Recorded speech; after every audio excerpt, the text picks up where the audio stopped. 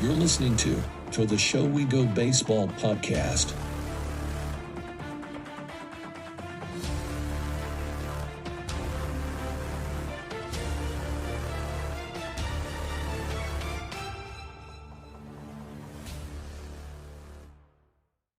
You're the first Red Sox prospect, teenage prospect, that has reached Double-A since Xander Bogaerts, which is, pretty good company considering the career he had here in Boston.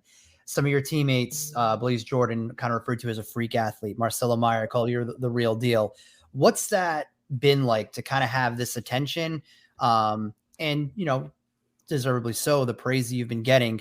What is it just kind of, what's that been like for you to kind of take in, if you take that step back of just all these eyeballs and these people recognize you for, a truly, talented player that you are?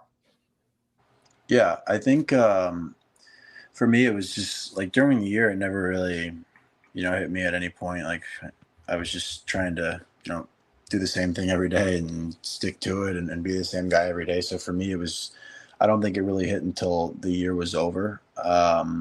Nothing really hit me probably until I got to Boston after the year was done, which was a great experience. But for me, it was just like, I tried to do, the best I can to stay off of, all the social media and all the things you see during the year. So for me, I would say it probably hit me like after the year was over, that it went very well. And, like you said, reaching Double-A and being in good company, I think that all, it's all good news, but there's still, still long ways to go. So for me, I think it'll hit me more when the end goal is reached, to be honest. But it's been cool to look back, and now that the year's done, and now that I'm not playing every day, I can look back and say, okay, well, it was a pretty fun year, pretty good year. Learned a lot, achieved a lot, but obviously there's a lot to be done. We're joined in that trip to Double-A by another top prospect, Teel, who joined the system in the draft this year, first round pick. What was it like playing with him, and what does he bring to Portland and presumably the higher levels of the organization as the two of you continue moving forward? Yeah, he's awesome. He's the man. He's actually down here as well. He was just over not too long ago. He's a great dude. I've learned a lot from him just in the short time being with him. The minute he got to Greenville, he was like a spark plug. He's a high energy guy, college guy. So he knows a lot. He's got a lot of knowledge. But he just can flat out play baseball. He's just a very good baseball player. He's a baseball rat. He's a very, very good athlete for a catcher. Runs well, can steal bases more than people probably think. Can really, really hit for average. He's just a pure hitter to all fields. And, the catching's ridiculous. The arm's ridiculous. So, but no, I mean, he off the field is what sticks out more than on the field. He's a great roommate. I was roomed with him in Double-A when we were on the road, and just a great person. So the Red Sox definitely did a good job with that guy. But he brings, he's high energy in the dugout. Everyone loves being around him. I think he makes a lot of people better. So, the Red Sox got a good one there. He's a great guy. Chris, go ahead. I wanted to ask really quick too. You had mentioned that you've done a good job by not being on social media. Is that easy for you? Are you someone that, like, for us, that's what we do. We're on social media 24/7. But for you, is that something you can just turn off and it's like, I'm all set? I don't need to be on Instagram, TikTok, Twitter. Yeah. I mean, I don't really post much, or I'm not really on it much anyway, to be completely honest.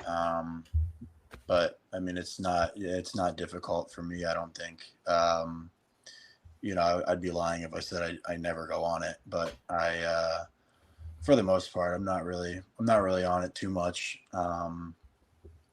But I mean, I'll scroll around and look around at things in my free time, or, before bed, like anyone will. But I'm not a huge social media guy. I'm not, out there posting a lot, doing a lot on social media. I just don't think I ever have been. Nothing against it. I just never really been a huge social media guy.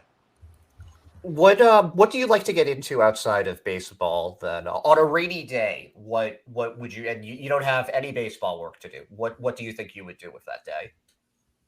Well, lately I would have said golf if it wasn't raining, but if it's raining, that's a great question. Not a whole lot, to be honest. I'm a pretty simple guy. I was going to say, if you didn't say raining, I would have said probably fishing, golfing lately. We've golfed a lot down here at this camp.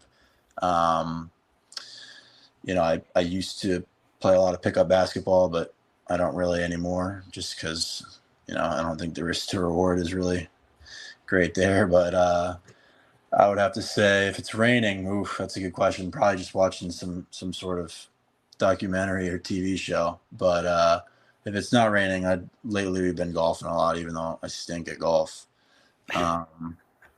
But I would probably say, yeah, just relaxing. Honestly, I really enjoy all the downtime I can get now. After a first full year of playing baseball, just getting off my feet's huge. Yeah, no, I would bet. You're a documentary guy?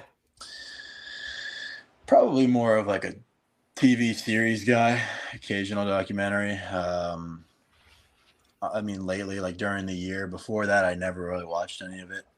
Just because in high school I was always moving around, always doing something. But during the year when I wasn't playing, I took advantage of just kicking my feet up as much as I could.